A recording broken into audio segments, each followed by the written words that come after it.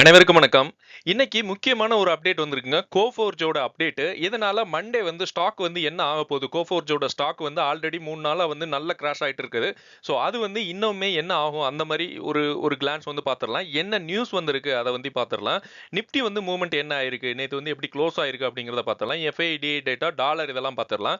DA India, Paradeep phosphates, Crompton Greaves, Rolex Rings, HSCL, Himadri, speciality chemical, gateway இந்த ஸ்டாக்க பத்தி எல்லாம் டீடைல்டா பார்க்க போறோம். நான் வந்து என்னோட ரிவ்யூஸ் வந்து கொஞ்சம் டிஃபரெண்டா நான் ஒரு ஒரு 1 வீக்கா நான் பண்ணிட்டு இருக்கேன். எதனாலன்னா நம்ம ஸ்டாக் ரேடார் சேனல் வந்து கொஞ்சம் ஒரு 1 வீக் வந்து பேன்ல இருக்கு. ஸோ அதனால நம்ம செகண்ட் சேனல்ல டிவிடெண்ட் குரோத் ஸ்டாக்ஸ்ல போட்டுட்டு இருக்கோம். இந்த சேனல் வந்து டிவிடெண்ட் குரோத் ஸ்டாக்ஸ். நமக்கு வந்து டெலகிராம் சேனல் இருக்கு, டெலகிராம் குரூப் இருக்கு. டெலகிராம் குரூப்ல வந்து நமக்கு வந்து நிறைய அட்மின்ஸ் வந்து நமக்கு சப்போர்ட் பண்ணிட்டு இருக்காங்க. நிறைய பேர் ஆக்டிவா இருக்கவங்க நல்ல நாலேஜபிள் பர்சன்லாம் அட்மினா வச்சிருக்கேன். ஸோ அவங்களுக்கு எல்லாருமே நன்றி. ரொம்ப ரொம்ப நன்றி. இந்த அளவுக்கு சப்போர்ட் பண்றதுக்கு. ஸோ வாங்க இந்த வீடியோல நம்ம என்னென்ன ஸ்டாக்ஸ் எல்லாம் பார்க்க போறோம் அப்படின்னு பார்த்தலாம் ஒன் பை ஒன். இப்போ உங்களுக்கு இந்த வீடியோ பிடிச்சிருந்ததுன்னா நீங்க வந்து லைக் பண்ணலாம், அப்புறம் ஹைப்பும் பண்ணலாம். மேபி இந்த சேனலுக்கு மேபி இன்னும் ஹைப் வந்து ஆக்டிவேட் பண்ணலன்னு நினைக்கிறேன். பட் ஸ்டாக் ரேடாருக்கு வந்து ஹைப் போடுறதுக்கு ஆக்டிவேட் ஆயிருக்குன்னு நினைக்கிறேன். ஸோ பிடிச்சிருந்தா லைக் பண்ணுங்க, கட்டாயம் கிடையாது. எஃப்ஐடிஏ டேட்டா பார்த்தீங்கன்னா, நேத்து வந்து ஒரு 317 கோடி வந்து எஃப்ஐ வந்து செல் பண்ணியிருக்காங்க. பட் இது வந்து ரொம்ப கம்மி. ஆக்சுவலா இவங்க வந்து கடந்த ஒரு 22nd வந்து 457 கோடி. அத விட இன்னுமே கம்மி தான். So maybe next week new இயர்ல. ஸோ அதனால இவங்கலாம் லீவ் விட்டு போயிட்டாங்கன்னு நெனைக்கிறேன். ஸோ அதனால மேபி இன்னுமே கம்மியா இருக்கும். மார்க்கெட் வந்து இன்னுமே மேல போக நெறையவே சான்ஸ் இருக்கு next week.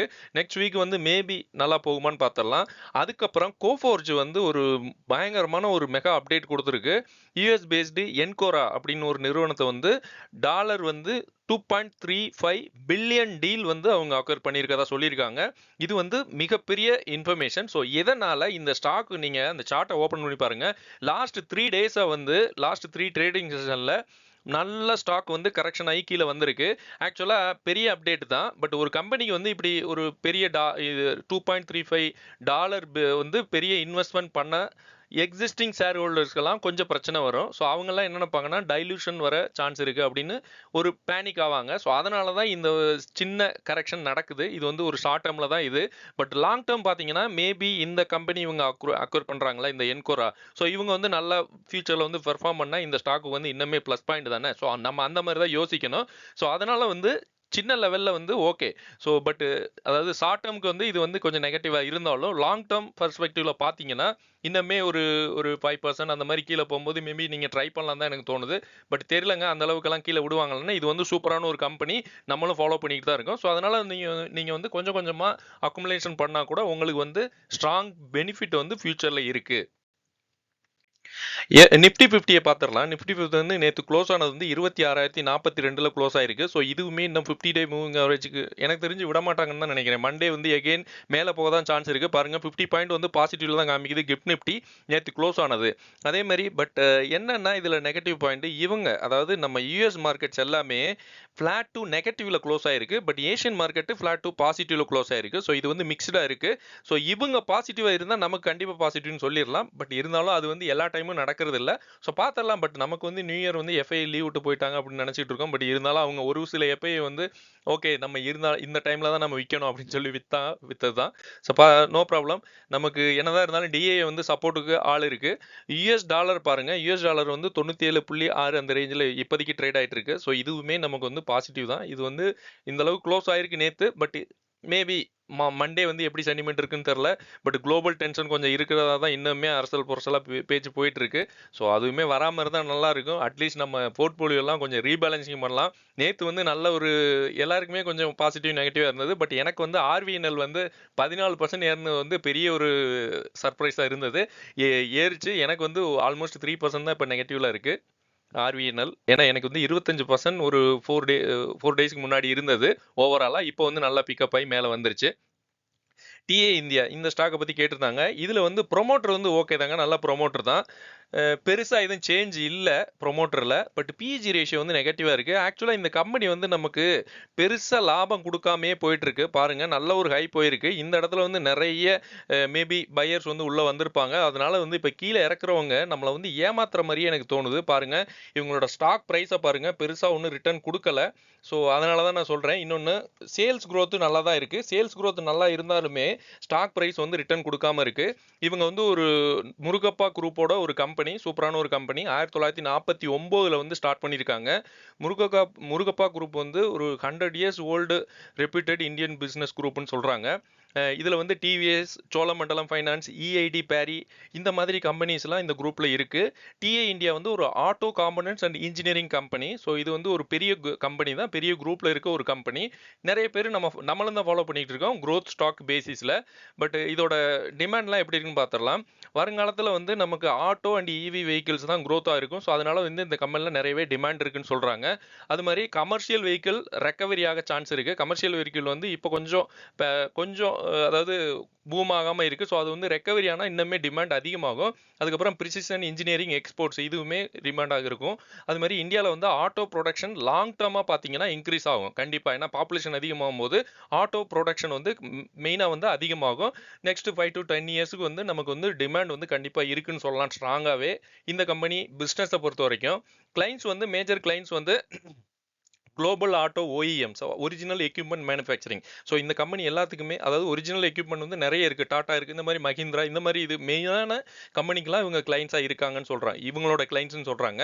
Commercial vehicle manufacturers, அதுக்கப்புறம் இண்டஸ்ட்ரியல் எக்யூப்மெண்ட் கம்பெனிஸ், இந்த மாதிரி நிறைய கிளைண்ட்ஸ் வந்து இவங்கள்ட்ட இருக்காங்க. நம்ம வந்து லிஸ்ட் போட முடியாது, நிறைய இருக்கு. என் நம்பர் ஆஃப் கிளைண்ட்ஸ் உங்கள்ட்ட இருக்காங்க.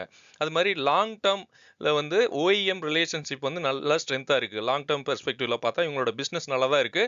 அது மாதிரி சப்ளை கான்ட்ராக்ட்ஸும் ரிப்பீட் ஆர்டர்ஸும் உங்கள்ட்ட லாங் டேர்ம்ல வந்துகிட்டு தான் இருக்கு அப்படின்னு சொல்றாங்க. ரெவென்யூ விசிபிலிட்டி வந்து நல்லா தான் இருக்கு. ஆக்சுவலா இவங்களுக்கு சேல்ஸ் எல்லாமே நல்லா இருக்கு. பட் ஷார்ட் டேர்ம்ல வந்து இவங்க பிரைஸ் வந்து பெருசா கொடுக்கல. ஸோ அது வந்து தான் ஒரு கன்சர்னா இருக்கு. ஆட்டோ ஆன்சிலரி செக்டாரோட மார்க்கெட் லீடர் யாரு? மதர்சன் குரூப். ஓகே. பட் இவங்க வந்து ஒரு ஸ்ட்ராங் மிட்டா இருக்காங்க. லார்ஜ் கேப் சேலஞ்சர், அதாவது மிடில் தான் இருக்காங்க. இவங்க வந்து என்ன சொல்ல மதர்சன் குரூப் அளவுக்கு இல்லைனாலும் பட் இவங்க வந்து லார்ஜ் கேப் கம்பெனி தான். நல்ல ஒரு சேலஞ்சரா இருக்காங்க அவங்களுக்கு போட்டியா. இவங்க வந்து வெல் பொசிஷன்டு growth பிளேயர் அப்படின்னு சொல்லிக்கலாம். இது இது இல்லாம போஷ் இந்தியான்னு ஒரு கம்பெனி இருக்கு தெரியுமா? அவங்க வந்து பிரீமியம் டெக் பிளேயர் அப்படின்னு சொல்றாங்க அவங்க. அது வந்து நல்ல காஸ்டா இருக்கும். அவங்களோட பிராண்ட் அந்த வேல்யூக்காக அது வந்து நல்ல பிரீமியமா இருக்கு அப்படின்னு சொல்றாங்க. பிரைஸ் வந்து கீழே போறதுக்கு என்னன்னா ஹை வேல்யூவேஷன் கரெக்ஷன் சொல்றாங்க. நல்லா ஹை போயிட்டு இந்த சார்ட்டை பார்த்தாலும் உங்களுக்கு தெரியுது இல்ல, மேலே போயிட்டு இப்போ சின்னதாக கரெக்ஷன் ஆயிட்டு இருக்கு அப்படின்னு சொல்றாங்க. பட் இந்த கம்பெனில வந்து டிமாண்ட் இஷ்யூ வந்து இந்த கம்பெனில இல்ல அப்படிங்கிறாங்க. சைக்கிளிக் இஷ்யூ, அதாவது ஒரு சைக்கிள்ல தான் ஒரு செக்டரை மேலே ஏற்றுவாங்க. இப்போ ரயில்வே செக்டரை மேலே ஏற்றிக்கிட்டு இருக்காங்கல்ல, ஸோ அந்த மாதிரி தான் மேலே ஏறும். லாங் டேர்ம் இன்வெஸ்டருக்கு வந்து இது வந்து நல்ல ஒரு வாய்ப்பு தான். பட் ஷார்ட் டேர்ம்ல வந்து கொஞ்சம் பிரச்சனைகள் இருக்கு. ஏன்னா இது வந்து ஒலாட்டிலிட்டி நிறைய இருக்கு. ஸோ அதனால வந்து நீங்க கொஞ்சம் வெயிட் பண்ணி நல்ல ஒரு பேஸ்ல வாங்கி விற்கிறது நல்லது. ஏன்னா இதுல வந்து growth எல்லாமே நல்லா தான் இருக்கு, ஸ்ட்ராங்கா இருக்கு இந்த பிசினஸுமே. அடுத்து வந்து பரதீப் பாஸ்பேட். ஸோ இந்த கம்பெனி வந்து ப்ரொமோட்டர் வந்து இன்க்ரீஸ் ஆகிட்டு இருக்கதா சொல்றாங்க. எஃப்ஏ வந்து இன்க்ரீஸ் ஆகிறாங்க. ரெண்டுமே பாசிட்டிவ். நல்ல வேல்யூவேஷன்ல தான் இருக்கு. டெப்ட் வந்து கொஞ்சம் ஜாஸ்தியா இருக்கு. ஸோ இது மட்டும் தான் இந்த கம்பெனில கொஞ்சம் பிரச்சனையா இருக்க மாதிரி எனக்கு தோணுது. மற்றபடி இவங்களோட ஸ்டாக் ப்ரைஸா இருக்கட்டும், சேல்ஸ் growth-ஆ இருக்கட்டும், ரெண்டுமே நல்லா தான் கொடுத்துருக்காங்க இப்போ வரைக்கும். ஸோ பரதீப் பாஸ்பேட் வந்து ஃபெர்டிலைசர் செக்டர் ஸ்டாக் இது 1981ல ஸ்டார்ட் பண்ணியிருக்காங்க. இதோட ப்ரொமோட்டர் வந்து Zuari group, OCP Morocco strategic பார்ட்னர்னு சொல்றாங்க. ஜுவாரி குரூப்போட ஒரு கம்பெனி. ஃபெர்டிலைசர் இண்டஸ்ட்ரியில ஸ்ட்ராங் எக்ஸ்பீரியன்ஸ் இவங்களுக்கு இருக்கு இந்த ப்ரொமோட்டருக்கு அப்படிங்கிறாங்க. ஸோ அது வந்து நல்லதானே. ப்ரொமோட்டருக்கு வந்து அந்த இண்டஸ்ட்ரியில எக்ஸ்பீரியன்ஸ் இருக்கிறது வந்து கம்பெனிக்கு வந்து நல்லா இருக்கும். இண்டஸ்ட்ரியில வந்து ஆக்சுவலாக இந்தியாவில் வந்து ஃபெர்டிலைசர் டிமாண்ட் வந்து எப்பயுமே இருக்கும். ஓகே, ஃபெர்டிலைசருங்கிறது ரொம்ப ரொம்ப முக்கியம் இந்தியாவுக்கு. ஏன்னா இந்தியா வந்து பாப்புலேஷன் இருக்குது, இன்னொன்று அக்ரிகல்ச்சர் ரிலேட்டடாகவும் நிறைய இருக்குது நம்ம ஊரில். ஓகே, பாப்புலேஷன் growth இருக்குது, ஃபுட் செக்யூரிட்டி இருக்குது, அதுக்கப்புறம் கவர்மெண்ட் ஃபெர்டிலைசர் அதுக்காக சப்போர்ட் பண்ணுறாங்க. நார்மல் மன்சூன் சைக்கிள் இதில் வந்து இப்போ தட்பவெப்பம்லாம் மாறும்போது நம்ம விவசாயிகள்லாம் இது பண்ணுவாங்களா. ஸோ அதனால நமக்கு ஃபெர்டிலைசர் வந்து ரொம்ப அத்தியாவசியம் அப்படின்னு சொல்கிறாங்க. ஒரே வார்த்தையில் சொல்லணும்னா ஃபார்மிங் இருக்கும் வரை ஃபெர்டிலைசர் டிமாண்ட் வந்து இந்தியாவில் இருக்கும் அப்படின்னு சொல்லிக்கலாம். ஸோ இது வந்து ஃபெர்டிலைசர் ரிலேட்டட்னா இவங்களுக்கு கிளைண்ட்ஸ்னு சொன்னீங்கன்னா ஃபெர்டிலைசர் டிஸ்ட்ரிபியூட்டர், ஸ்டேட் ஏஜென்சிஸ் ஒரு ஏஜென்சியும் இவங்க வந்து வாங்குறாங்கன்னு சொல்கிறாங்க. அப்புறம் ஃபார்மர்ஸ் வந்து கண்டிப்பாக இந்தியா ஃபுல்லாக வாங்கிட்டு தான் இருக்காங்க இந்த பாஸ்பேட்டு, பரதீப் பாஸ்பேட்டை. அதுக்கப்புறம் ஃபெர்டிலைசர் செக்டாரில் லீடர் வந்து என்னென்னா கொரமண்டல் இன்டர்நேஷனல். இது தெரியும்னு நினைக்கிறேன் எல்லாருக்குமே. இந்த ஸ்டாக்கும் நம்ம ஃபாலோ பண்ணிட்டு தான் இருக்கோம். கொரமண்டல் வந்து மார்ஜினில் வந்து ஸ்டேபிள் லீடர், மார்ஜினில் வந்து நல்ல லீடர். பரதீப் வந்து ஹை வால்யூம், இவங்கள்ட்ட வந்து நிறைய வால்யூம் வச்சு இவங்க கொடுக்குறதா சொல்கிறாங்க. அது மாதிரி நல்ல வாலடைல் இருக்குது இந்த கம்பெனியில். அது மாதிரி ஸ்ட்ராங் சேலஞ்சர்னா இந்த கம்பெனி தான் இவங்களுக்கு கோரமண்டலுக்கு. பட் லீடராக இருக்க முடியாது, ஏன்னா இன்னுமே இந்த கம்பெனி வந்து க்ரோ ஆகணும் அப்படின்னு சொல்கிறாங்க. ப்ரைஸ் வந்து எதுக்காக கீழே இருக்குது அப்படின்னா ரா மெட்டீரியல் ப்ரைஸ் எல்லாம் இதுக்கு வந்து இன்க்ரீஸ் ஆகுது அப்படிங்கிறாங்க. அதுக்கப்புறம் குவார்ட்டர்லி ப்ராஃபிட் வந்து கொஞ்சம் ஃப்ளக்சுவேஷனாக இருக்குது, மாறி மாறி வருது. இப்போ ப்ராஃபிட் நெகட்டிவ் அந்த மாதிரி வருது. ஸோ அது வந்து கொஞ்சம் பிரச்சனையே இருக்குது. அதுக்கப்புறம் இன்ஸ்டிடியூஷனல் வந்து பயங்கரமாக செல் பண்ணிக்கிட்டு இருக்கதா சொல்லாங்க இந்த கம்பெனியில். ஸோ அது வந்து கொஞ்சம் பிரச்சனைகள். அதுக்கப்புறம் லாங் டேர்மில் வந்து இது வந்து நல்ல பிஸ்னஸ் தான். ஏன்னா நமக்கு வந்து இது ரொம்ப ஃபார்மர்ஸ் இந்தியாவில் வந்து ஃபெர்டிலைசர் வந்து லாங் டேர்மில் வந்து நல்லா பரிசுக்கிட்டே இருக்குது. பட் ஷார்ட் டேர்மில் வந்து கொஞ்சம் சைக்கிளிக்காக கொஞ்சம் பிரச்சனைகள் இருக்குது. ப்ரைஸ் ஏறாததுக்கு அதான் ரீசன். இவங்களோட மேபி தட்பவெப்ப நிலையெல்லாம் அப்பப்போ மாறுது இல்லை. ஸோ அதை பொறுத்துமே நமக்கு ஃபெர்டிலைசர் பிஸ்னஸ் வந்து கொஞ்சம் கூடும் குறையும். ஸோ அடுத்து வந்து கிராம்ப்டன் கிரீவ்ஸ். ஸோ இந்த ஸ்டாக்கை பற்றி பார்த்துடலாம். இந்த ஸ்டாக் வந்து எஃப்ஏ வந்து டிக்ரீஸ் ஆகிறாங்க, இது வந்து நெகட்டிவ். ரீட்டைல் வந்து இன்க்ரீஸ் ஆகுறாங்க, இதுவுமே நெகட்டிவ். ரிட்டர்ன் வந்து பெருசாக ஒன்றும் கொடுக்கலங்க. அதுக்கப்புறம் ப்ரொமோட்டர் வந்து எக்ஸிட் ஆகிறாங்க. ஆக்சுவலாக இந்த கம்பெனியில் ஃபுல்லாகவே நெகட்டிவ் தான் இருக்குது. 5 வருஷத்தில் ரிட்டர்ன்ஸை பாருங்கள், ஒன்றுமே கிடையாதுங்க. இந்த ஸ்டாக்கை வச்சுருந்தா நமக்கு என்ன கிடைக்கும்? ஒன்றுமே கிடைச்சிருக்காது 5 வருஷத்தில். 30% ஓகே. ஆக்சுவலாக ப்ரொமோட்டர் வந்து எக்ஸிட் ஆனாலும் ஒரு 30% இருக்காங்க. 30 இல்லை, 25% தான் இருக்காங்க. பட் இதோட மெயின் வந்து டிஐ ஹோல்டிங் தான் இதில் வந்து அதிகமாக இருக்காங்க, 61%. ஸோ அது வரைக்கும் ஓகே. இன்னொன்று கிராம்ப்டன் வந்து ஒரு பிராண்டு, அவ்வளோதான். ஸோ அந்த பிராண்டுமே இப்போ கீழே காலி பண்ணிடுவாங்களான்னு தெரில. எதனால் சொல்கிறேன்னா இந்த ஸ்டாக்கோட சார்ட்டை பாருங்கள், அதாவது ஸ்டாக் ப்ரைஸை பாருங்கள், சிஏஜிஆர் என்ன கொடுத்துருக்காங்க? ஒன்றுமே கொடுக்கலங்க. 5 வருஷத்தில் வந்து 6% நெகட்டிவாக தான் ரிட்டர்ன் கொடுத்துருக்காங்க. ஸோ இந்த மாதிரி இருந்தால் நமக்கு என்னங்க கிடைக்கும்? இந்த கம்பெனி வந்து எல்லாருக்குமே தெரியும், கிராம்ப்டன்ங்கிறது ஒரு நல்ல பிராண்டு. பட் பிராண்டு வந்து கொலாப்ஸ் பண்ணுற மாதிரி இந்த பிஸ்னஸ் போயிட்டு இருக்குன்னு தான் எனக்கு ஃபீல் ஆகுது. 1937 வந்து இந்த கம்பெனி வந்து ஸ்டார்ட் ஆயிருக்கு. எனக்கு தெரியலங்க, என்னோட ஒப்பீனியனாக தான் சொல்கிறேன். ஏன்னா இப்போ ஸ்டாக் ப்ரைஸ் மூவ் ஆகலைன்னா நமக்கு ஒரு யூஸும் கிடையாது. இன்னொன்று சேல்ஸ் க்ரோத்துமே ஒரு 12% 5 வருஷத்தில் கொடுத்துருக்காங்க. இப்போ ஒரு 13% வந்து ஒரு 3 வருஷத்தில் கொடுத்துருக்காங்க. அதெல்லாம் ஓகே. பட் இந்த வருஷம் சேல்ஸ் கம்மியாக இருக்குது. மேபி இவங்க பெர்ஃபார்மன்ஸ் நல்லா இல்லைன்னு தான் நினைக்கிறேன். ஸ்டார்டட் வந்து 1937 வந்து ஸ்டார்ட் பண்ணியிருக்காங்க. ஓனர் வந்து அத்வந்த் இன்டர்நேஷனல் பிரைவேட் எக்யூட்டி தான் இவங்களோட ஓனர். இந்தியாவில் வந்து ஓல்டஸ்ட் எலக்ட்ரிக்கல் பிராண்டில் இது ஒன்று. அது எல்லாருக்குமே தெரியும். பயங்கரமான ஓல்டு இந்த கம்பெனி. பிராண்ட் இன்னுமே இருக்குன்னு தான் நினைக்கிறேன். பட் போகாமல் இருந்தால் காப்பாற்றினா நல்லது. டிமாண்ட் வந்து housing growth, urbanisation, rising temperature, appliance penetration. So இதெல்லாமே டிமாண்ட் இருக்கதா சொல்கிறாங்க. இது எப்பயுமே இந்தியாவில் இருக்கிறது தான். Long term consumer electrical demand வந்து கண்டிப்பாக பாசிட்டிவாக தான் இருக்கும் இந்தியாவில். செக்டார் லீடர் வந்து ஹவெல்ஸ் இந்தியா. ஸோ இந்த கம்பெனியுமே இன்னுமே கீழே தான் இருக்குது. ஸோ இந்த செக்டாருக்கு இன்னுமே பெருசாக ஒரு சைக்கிளிக் வரலன்னு தான் நினைக்கிறேன். ஏன்னா இப்போ ரயில்வே வந்துச்சு, இதுக்கு முன்னாடி வேறு வேறு சைக்கிள்லாம் வந்தது. ஸோ அது மாதிரி ஒரு சைக்கிள் வரும்போது தான் இந்த கம்பெனிலாம் மேலே ஏற சான்ஸ் இருக்குமோ அப்படின்னு யோசிக்கலாம். கிராம்ப்டன் வந்து வேல்யூ வந்து mass market brand. So Havells premium leader correct தான். பட் இவங்க வந்து ஒரு மார்க்கெட் ஒரு பிராண்ட் இன்னுமே இருக்குது கிராம்ப்டனுக்கு. அது மாதிரி மிட் பொசிஷன் சொல்லிக்கலாம் இந்த கம்பெனியை. ப்ரைஸ் வந்து கீழே இருக்கிறது காரணம் வீக் சம்மர் டிமாண்ட் சொல்கிறாங்க. Margin pressure, heavy competition. இந்த கம்பெனிக்கு மெயினான பிரச்சனை காம்படிஷன் தான். இன்னொன்று இவங்களுக்கு மார்ஜின் வந்து பெருசாக அதிகமாக வச்சு விற்கிறாங்கன்னு நினைக்கிறேன் இவங்களோட பொருட்களை. லாங் டேர்மில் வந்து ஒரு கிராஜுவலாக க்ரோத் இருக்கும். பட் எனக்கு தெரியலங்க, லாஸ்ட் 5 இயர்ஸை பார்த்தா எனக்கு ஒன்றும் அதில் கிடைக்கல. இதில் பாசிட்டிவ்னா பிராண்டு மட்டும்தாங்க, வேறு எதுவும் எனக்கு இருக்க மாதிரி இந்த கம்பெனியில் தெரியல. ஏன்னா இன்வெஸ்ட் பண்ணால் ஒன்றுமே கிடைச்சிருக்காது இப்போ வரைக்கும். ஸோ அடுத்து நம்ம பார்க்க போகிறது வந்து ரோலெக்ஸ் ரிங்ஸ். இந்த கம்பெனி பற்றி பார்த்துடலாம். ரீட்டைல் வந்து இன்க்ரீஸ் ஆகிறாங்க, இது வந்து நெகட்டிவ். ஆக்சுவலாக ரோலெக்ஸ் அப்படிங்கிற போதே நமக்கு எல்லாத்துக்கும் மேலே வருது பயங்கரம் அப்படின்னு தான் தோணும். ஏன்னா ரோலெக்ஸ்னு ஒரு மூவி வந்தது, அதுக்கு முன்னாடியே ரோலெக்ஸ் பிராண்டு, அது வந்து பயங்கரமான ஒரு பிராண்டு. இன்னொன்று இந்த கம்பெனியில் வந்து டெப்ட் ஃப்ரீ, இது வந்து பயங்கரமான பாசிட்டிவ். நல்ல வேல்யூவேஷனில் இருக்குங்க இந்த கம்பெனி. அது மாதிரி டிமாண்ட் இருக்குமானா டிமாண்ட் வந்து இந்த கம்பெனியில் இருக்குது. நிறைய பேர் இதில் வந்து இன்வெஸ்ட் பண்ணுறாங்க. ரிட்டர்ன் தான் ஒன்றுமே கிடையாது. என்ன தான் இந்த கம்பெனியில் டிமாண்ட் இருந்தாலும் இவங்களோட ரிட்டர்ன் பாருங்கள், ஒரு 7% தான் கொடுத்துருக்காங்க. அதுவுமே ஒரு ரொம்ப பத்தாதது மாதிரி தான் இருக்கு. ஸோ அதுதான் இந்த கம்பெனில கொஞ்சம் பிரச்சனைகள் இருக்கு. ஸோ இந்த கம்பெனியை பற்றி என்ன சொல்ல, இது வந்து இப்போ ஸ்டாக் ப்ரைஸ் பாருங்க, ஒரு 3 இயர்ஸில் ரிட்டர்ன்ஸ் பார்த்தாலுமே -11% நெகட்டிவ்ல தான் இருக்கு. ஸோ இந்த மாதிரி இருக்கும்போது நம்ம வந்து இன்னுமே நிறைய பேர் விரும்பி வாங்குறாங்க இந்த ஸ்டாக்கை. ஸோ ரீட்டைல் வந்து இன்க்ரீஸ் ஆயிட்டு தான் இருக்காங்க. அதாவது ரீட்டைல் வந்து இன்க்ரீஸ் ஆறாங்க. இன்னொன்னு டெப்ட் ஃப்ரீ இருக்கிறது வந்து இந்த கம்பெனிக்கு பெரிய பாசிட்டிவா நான் பார்க்குறேன். இந்த கம்பெனியோட பிசினஸ்ன்னு பார்த்தோம்னா, auto components forging company. Forging வந்து நம்ம மெக்கானிக்கல்ல இருக்கவங்களுக்கு தெரியும். ஒரு ஃபோர்ஜ் பண்ணி ஒரு மெட்டீரியல வந்து காம்போனன்ட் தயாரிக்கிறது எவ்வளோ ரிஸ்க்ன்னு. ஸோ அந்த மாரி ஒர்க்க வந்து இவங்க பண்ணிட்டு இருக்காங்க. ஸ்டார்ட்டட் வந்து 1977லயே ஸ்டார்ட் பண்ணியிருக்காங்க இந்த கம்பெனி. ஓனர் வந்து Rolex group. Okay. Khatri family அப்படிங்கிறாங்க. 40 வருஷம் எக்ஸ்பீரியன்ஸ் இருக்கான் ஃபோர்ஜிங் இண்டஸ்ட்ரியில இந்த ஃபேமிலிக்கு, இந்த குரூப்புக்கு. ஓகே. டிமாண்ட்னா என்ன சொல்லணும்னா, நமக்கு வந்து passenger, commercial vehicle, EV components, export demand இது எல்லாமே இந்த கம்பெனில இருக்கு. டிமாண்ட் வந்து இந்த கம்பெனில எப்பயுமே இருக்க தான் செய்யுது. இந்த செக்டாருக்கு எப்பயுமே டிமாண்ட் தான் இருக்கு. பட் கம்பெனி இதே எதுக்கு பிரைஸ் வந்து பெருசா கொடுக்கல, அது மட்டும் தான் எனக்கு இன்னுமே கன்சர்னா இருக்கு. ஆட்டோ காம்போனன்ட்ஸ் டிமாண்ட் வந்து லாங் டேர்ம் கண்டிப்பா இருக்கும். நல்லா ஸ்ட்ராங்கா தான் இருக்கும் இந்தியா பொறுத்த வரைக்கும். கிளைண்ட்ஸ் வந்து இவங்களுக்கு வந்து டாடா மோட்டார்ஸ் இருக்காங்க, மஹிந்திரா இருக்காங்க, global auto OEMs. Okay. Original equipment manufacturer global லெவல்ல இவங்களுக்கு இருக்கு. Tyre 1 suppliers. Okay. Suppliers maximum first கேட்டகரியிலே இவங்கள்ட்ட தான் வாங்கிட்டு இருக்காங்க இதோட ப்ராடக்ட்ஸ்லாம். ஃபோர்ஜிங் செக்டார்ல வந்து லீடர்னு சொல்லணும்னா Ramco, Amtech type large players அப்படிங்கிறாங்க. ஹிஸ்டாரிக்கலி அப்படின்னு சொல்லிக்கிட்டா ரோலக்ஸ் ரிங்ஸ் வந்து இந்த கம்பெனி வந்து ஸ்ட்ராங் ஸ்மால் கேப் பிளேயர் அப்படின்னு சொல்லிக்கலாம். மிட் கேப்புக்கு கொஞ்சம் சேலஞ்சரா இருக்காங்க அப்படின்னா இந்த கம்பெனி வந்து ஸ்மால் கேப் தான். 3000 கோடி தான் மார்க்கெட் கேபிட்டல் இருக்கு. பிரைஸ் வந்து கீழே போடுறதுக்கு நிறைய காரணங்கள் இருக்கு. மார்ஜின் ப்ரெஷர்னு சொல்றாங்க, ஆட்டோ சைக்கிள் ஸ்லோ டவுன்ங்கிறாங்க. பட் ஆட்டோமொபைல்ல நிஃப்டி 50ல நிறைய கம்பெனி இருக்கு. அதெல்லாமே நல்ல ரிட்டர்ன்ஸ் தான் கொடுத்துட்டு இருக்காங்க. வருஷம் வருஷம் அட்லீஸ்ட் 7% 6%. பட் இது வந்து ஒண்ணுமே கொடுக்கல. ஸோ அது மட்டும் தான் எனக்கு பிரச்சனையா இருக்கு. ரிஸ்க் கண்டிப்பா இருக்கு. ஏன்னா 3000 கோடி தான் மார்க்கெட் உள்ள ஸ்மால் கேப்.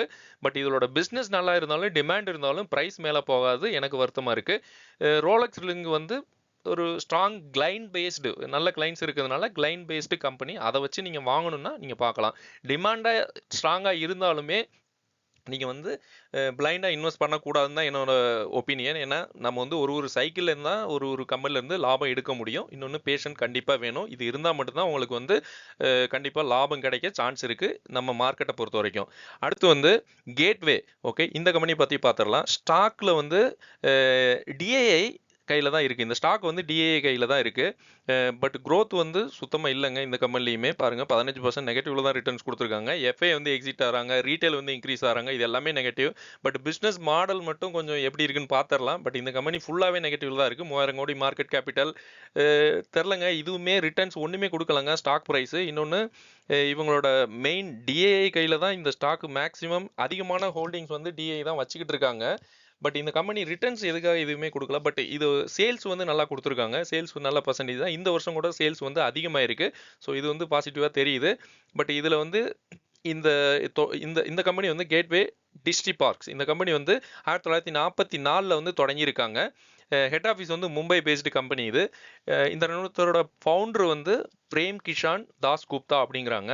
இவர் வந்து இந்திய லாஜிஸ்டிக்ஸ் மற்றும் எக்ஸிம் ட்ரேட் செக்டார்ல வந்து நிறைய எக்ஸ்பீரியன்ஸ் இருக்கு. ஒரு தொழிலதிபராக இருக்காரு அப்படிங்கிறாங்க. ஸோ அது வந்து ப்ளஸ் பாயிண்ட் கம்பெனிக்கு. இருந்தாலும் ஸ்டாக் ப்ரைஸ் ரிட்டர்ன்ஸ் நமக்கு வேணுமே. நான் வந்து எப்படி பார்ப்பேன்னா, நம்ம வந்து ஒரு இன்வெஸ்டராக தான் பார்க்க முடியும். ஸ்டாக் ப்ரைஸ் ரிட்டர்ன்ஸ் கொடுத்தா தான் நீங்க என்ன வேணாலும் பிசினஸ் பண்ணுங்க. ரிட்டர்ன் கொடுக்கலாம் என்ன பண்றது. கேட்வே வந்து ஒரு இன்டகிரேட்டட் லாஜிஸ்டிக் கம்பெனின்னு சொல்றாங்க. மெயின் பிசினஸ் வந்து கண்டெய்னர் ஃப்ரைட் ஸ்டேஷன்ஸ். போர்ட் பக்கத்திலே இந்த கம்பெனி இருக்கு. அதுல இருக்க கண்டெய்னர் ஃப்ரைட் ஸ்டேஷன்ஸ்லாம் இவங்க தான் மெயின்டைன் பண்றாங்க.